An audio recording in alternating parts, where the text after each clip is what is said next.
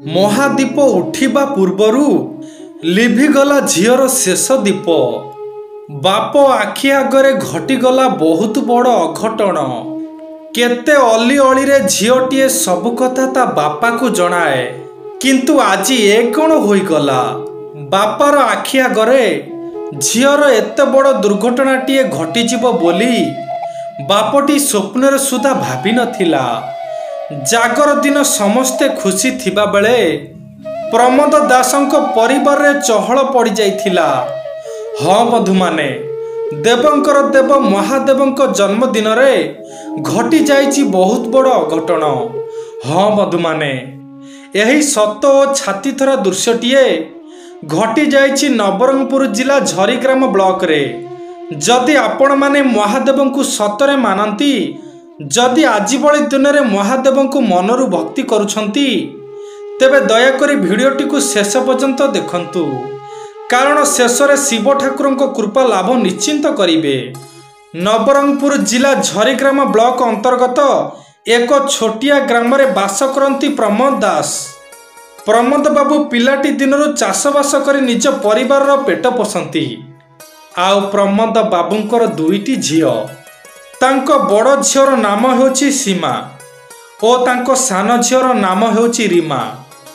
शिव ठाकुर प्रमोद बाबू को पुओटीए देई नाहंती सीना, दुईटी सुंदर और संस्कारी झियो देइछंती। प्रमोद बाबू सबुबले कहंती, महादेव जहा देइछंती सेइतिरे संतुष्ट हेबा उचित। एमिति झियो दुईटी को पाई प्रमोद बाबू गर्वित हुअंती। किंतु जेतबले सान झियो रीमा को 17 वर्ष होइथिला, तांको स्त्री तांको छाड़ी सबुदिन पाई आरपारी को चली जाइथिले। आउ सेई दिन ठारू प्रमोद बाबू झियो दुईकर बापा आउ माँ केबे भी मार अभाव परिलिखित हेबा पाई देई नाहांती प्रमोद बाबू। आउ सान झियो तांकर जीवन काम सारी घर को फेरी झियो दुही को न देखिले प्रमोद बाबू पागल हो जाती। हेले दिने तांको हस खुशीर परिवार सहित सते जेमिति कहार नजर लागिगला। गत वर्ष महाशिवरात्रि दिन रीमा और प्रमोद बाबू टिटिलागढ़ शिव मंदिर को जीवापाई निष्पत्ति नेले। कारण रीमा सान झियो बोली प्रमोद बाबू ताकू भारी गेल्हा करंती। से जहा कुए ता कथा मानती। एमितिरे भी रीमा जागर उपवास करिथाए। सेउठु बाप झियो दुहे सकाळ 4टा बस रे बाहरी पड़िले टिटिलागढ़, जेउठारे महाशिवरात्रि बहुत धूमधाम रे पालन करा जाए। बाप झियो दुहे पाखापाखी पहुँचु पहुँचु 5 घंटा लागिगला। समय पाखापाखी सकाळ 9टा होइथाए। सेउठु सेमाने शिव मंदिर पाखरे पहुँची नड़िया और दीप किणिबाकू लागिले। तापरे मंदिर भीतर को प्रवेश करी दीपटीए लगाई कहिबाकू लागिले प्रमोद बाबू, हे ठाकुरे माँ छेउंड पिला दुईटी मोर। माँ चली जीवा परे केते कष्टरे मु एमान को पालुछि, तुमे तो सबू जानिच प्रभु। मो सान झियोटा भारी जिदिया। से जिदी करिबारु एते दूर मु तुम पाखकू धाई आसीछि। से जाहा हेउ ठाकुरे, पिला दुईटी तुमको लागिले। तुम पाखरे मु केबेठू समर्पण कर देइछि प्रभु। पिला दुईटीर भलरे मंदरे सुविधारे असुविधारे टिकिए साहा हेउथिबो ठाकुरे। मोर आउ किछि लोड़ा नाही ठाकुरे, मोर आउ किछि लोड़ा नाही। एमिति शिव ठाकुर को जणाई मंदिर पाखरे तिबा पहाड़ ऊपर को चढ़ीबाकू लागिले।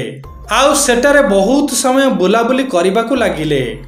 एमिति अनेक प्रकार दुकान बजार सेठारे लागि थाए। बहु स्थानरू बहुत भक्त सेठाकू आसी थांती। एमिति बुलाबुली करिबा भितरे संध्या आसी होइगला। तापरे सेठारे पड़िथिबा रामदोली को देखी रीमा सेथिरे बसिबो बोली जिद धरिला। प्रमोद बाबू जेते मना कला परे भी से जमा सुनिला नाही। तार गोटिए जिद, से डोली रे बसिबो माने बसिबो। सेउठु कौन बा करिबे आउ प्रमोद बाबू।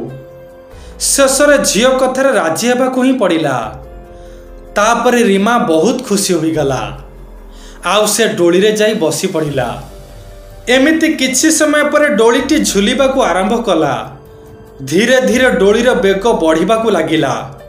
हठात कौन हैला केजाणी ता मुंड बुलेइबाकू लागिला, किंतु सेतबेलकू डोलीटीर बेग बहुत बढ़ी जाइथिला।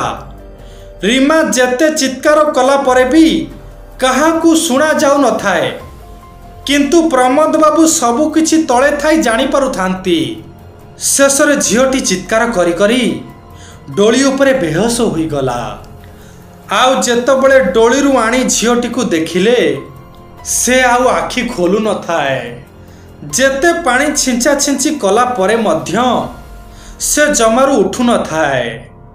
सेउठु बड़ पाटी रे चित्कार करी प्रमोद बाबू महादेव को कहिबाकू लागिले, हे ठाकुरे, कौन एइथिपाई तुम पाखकू मु धाई आसीथिली?